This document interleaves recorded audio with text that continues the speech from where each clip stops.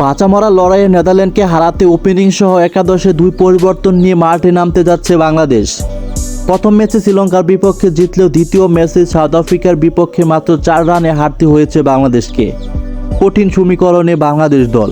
নেদারল্যান্ডের বিপক্ষে জয়ের লক্ষ্যে আগামী 13 জুন বাংলাদেশ সময় রাত 8:30 মাঠে নামবে 2 দল।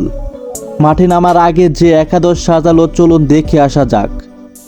ওপেনিংয়ে দেখা যাবে তানজিম তামিমের সাথে সমু সরকারকেই, যেখানে দক্ষিণ আফ্রিকার বিপক্ষে জাকির আলী নামলেও জাকির আলী ব্যর্থ হয়।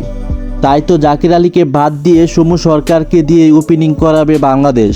ওয়ান ডাউনে আসবে অধিনায়ক নাজমুল হোসাইন শান্ত, 4 নম্বরে লিটন কুমার দাস, 5 নম্বরে তাওহিদ হৃদয়, 6 নম্বরে সাকিব আল হাসান, 7 নম্বরে দেশসেরা ফিনিশার মাহমুদুল্লাহ রিয়াদ, 8 নম্বরে রিশাদ হুসাইন, 9 নম্বরে তাসকিন আহমেদ, 10 নম্বরে সাকিব এবং 11 নম্বরে মুস্তাফিজুর রহমান।